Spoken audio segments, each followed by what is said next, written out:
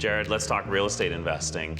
For a first-time investor, what type of property would you suggest they look at? My first one, I always say go easy. Get something that's turnkey. You don't have to do a lot of renovations first time because you want it to be easy and simple.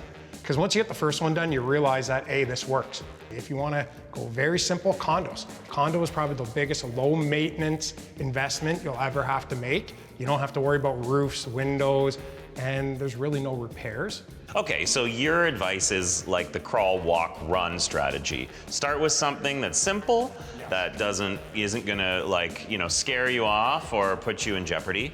Now, that's fine for the first one, but often after people buy their first property, they're like, okay, now I really wanna get the maximum returns. So what type of property would you help somebody find if they were like, look, I'm not looking for simple, I'm not looking for easy, I'm looking for the best possible returns. And that's where I love when we start getting into the duplex, triplex, fourplex conversions. Okay. Or let's find those single family homes that have the opportunities, whether it is a laneway suite where we can build a unit back there and taking a single family home and turning into 2 or 3 properties.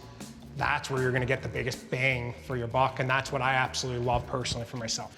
So when it comes to resale homes or new construction, what are your suggestions for buyers? The old saying, newer is better. It's not always better, because when you're buying a new home, the benefit of it is, if I want the 9-foot or 10-foot ceilings, you're probably gonna get that. Where in a resale, you're probably stuck with the 7 and 8 foot that is already in there, but you're living in a construction site for normally 2 years. Your lot sizes are normally, you have a huge home with a tiny lot. You might not have grass, you don't have mature trees. And I mean, on the new builds, a lot of people are like, I want new because I don't have to replace anything. But on a resale, guess what?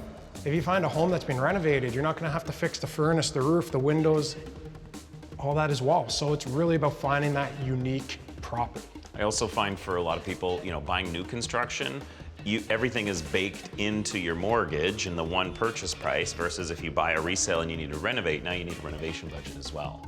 Absolutely. Okay. So what about people who are looking to downsize right now?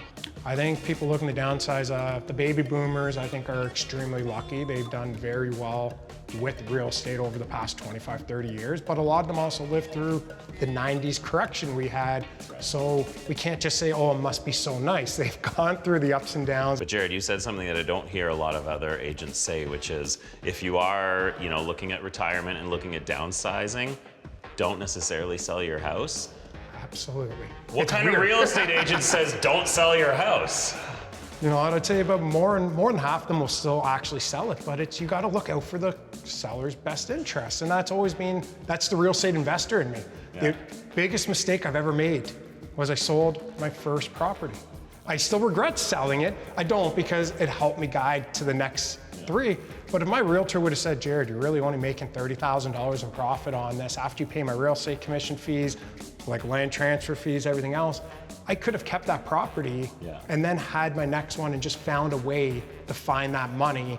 And that was something I wish my realtor, when I wasn't one, told me back in the day. So I try to give the advice that I wish others provided to myself. Well, I appreciate that. And maybe you are a little too honest to your own detriment, but it's great. You're looking out for your clients. You're giving them real advice, even though it might not benefit you. Hey, don't sell your house. Maybe they want to downsize, but keep the old one, rent it out, have that cash flow in retirement. That's great advice. I appreciate your honesty, and your clients are fortunate to have you. Let's go with bluntness. Bluntness, sure.